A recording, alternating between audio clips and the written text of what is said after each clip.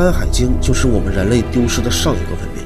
我们看书中记载的很多怪事，像核辐射一样的生物是用来吃的，不仅可以治病，还可以获得超能力。再比如说《山海经》中记载的远古时期的神灵，他们都是人兽的混合体。就比如我们熟知的伏羲和女娲，他们都是人首蛇身，还有人面虎身的陆，还有人面牛身的神。可以说书中记载呢是包罗万象，让现在的人看了之后呢，真是不敢相信他们是真实存在的。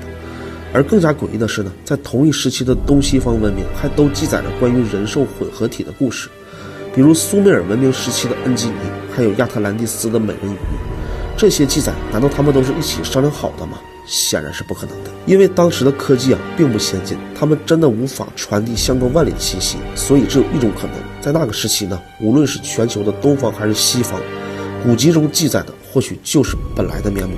首先我们先来看关于3个人类始出和诞生的进化论、神创论和外星生物造化论。达尔文的进化论呢，这个我们现在就不用细说了，说我们是猿猴演变过来的，这个已经流传很多年了，但是现在并不可信。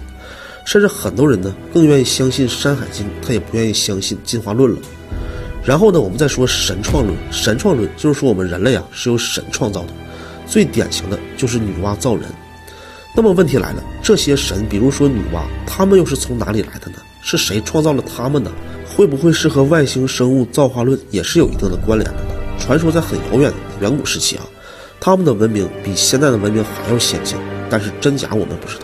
人类就是他们创造的，也可以猜测呢，比如说创易经八卦的伏羲，创人类的女娲，他们本身就是外星人。比如说学过易经的人都知道易经的阴阳五行、天干地支，这些非常神奇的术数符号可以预测很多关于自身的事情。所以这套哲学体系显然不是普通人类所能创造的出来的。大家如果感兴趣听完故事，在我主页粉丝群领取一份易经的课程和笔记，和我一起参加学习。因为地球上确实很难繁衍出来人首蛇身的人类，所以他们来了之后呢，贡献也是非常大的，还长相奇特，然后就被我们称之为神。那么我们要把这3个论点看成是一个论点，那有可能就是人类股权计划。